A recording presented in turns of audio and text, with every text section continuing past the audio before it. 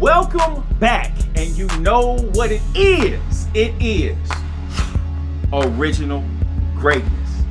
So, in my last video, I talked to you guys about why I don't watch the news. And I have to say, I did a pretty good job. I almost did too good of a job because I told you guys about why I don't watch the news, but I left you hanging.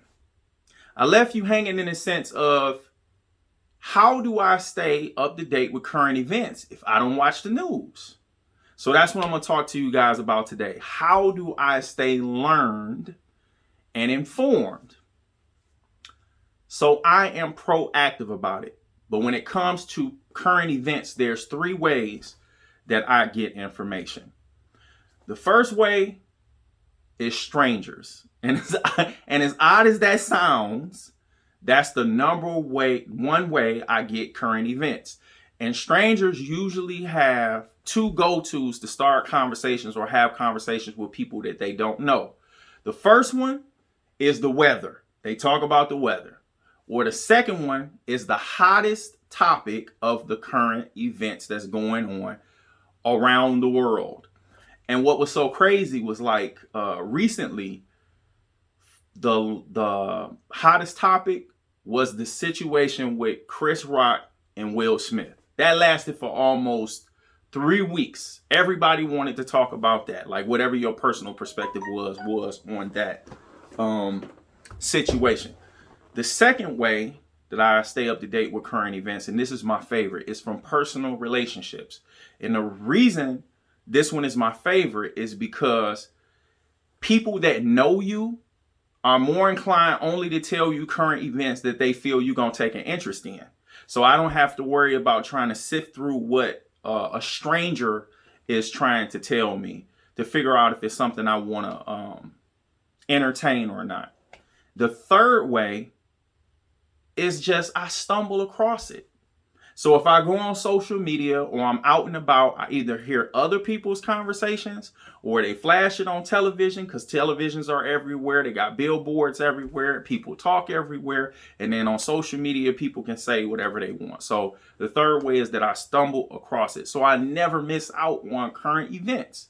And the more serious it is or the more popular it is, the more likely I'm going to hear about it.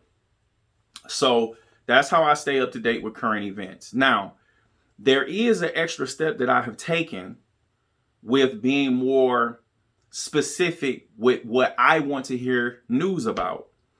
So for you who don't know, I am heavily invested in the stock market. And what I wanted to do, I wanted to understand the businesses better, not how businesses work, but like what different companies are out, what different companies are hot right now, what are the up and coming companies. So I put my thinking cap on and I started trying to figure out, where would wealthy people or people that are successful in investing go to get their information? So the idea that I came up with was, I'm going to start buying magazines who specifically focus on reporting on things to do with your money, as far as like investing or talking about business and stuff that would help expand my ideas and my knowledge base on this concept or on this skill.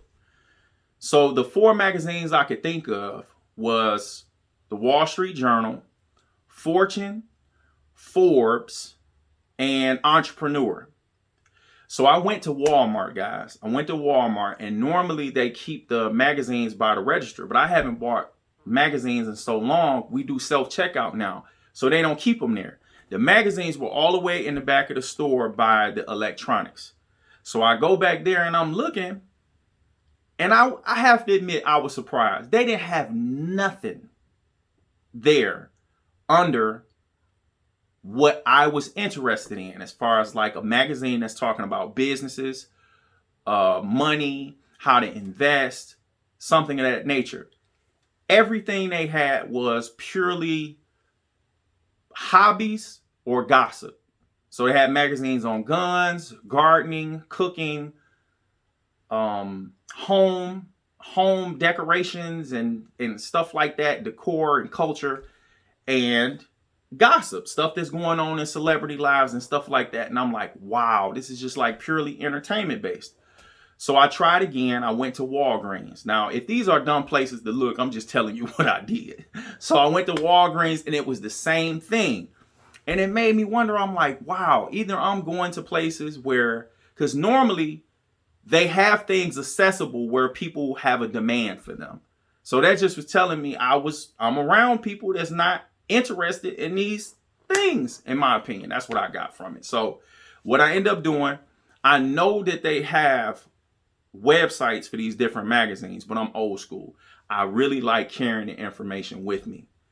So I end up subscribing. So I subscribe to Forbes, and I realized that they do not put out a magazine every month. So that's what I end up doing to stay up to date with current events that are specific to what my needs are for what I want to be informed about for my niche of investing in the stock market.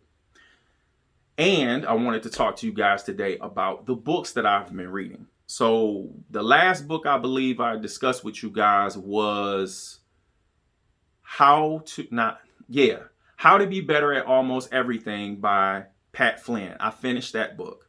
The other book that I was reading was Start With Why by Simon Sinek.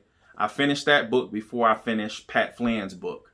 And now I'm reading an investment book by Phil Town, and it's called Rule Number 1. And I asked you guys to follow me on Goodreads. Goodreads is an awesome tool to help you keep track of your library, the books that you want to read, the books that you have, and you can set reading goals. So my reading goal for this year is to read 50 books. And right now I'm on book 37. I know I've read 37 books this year. So the book I'm reading right now, Rule Number 1 by Phil Town, this is going to be my 38th book. So if you want to get your learning up and your reading up, I suggest you use that tool, goodreads.com. I have a link down in the description where you can go on there and create your own profile, or you can keep up with mine. But I'll have that link down below for you.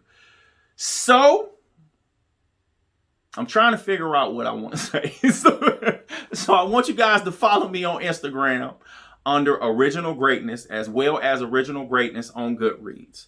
Make sure you share, you like, and you subscribe. And do me a favor and comment below so I know you made it to the end of this video. IAC, which stands for Information is Currency. That didn't flow at all. Information is currency. IIC below. So, as always, be original, be great, and say, I am original greatness. God bless.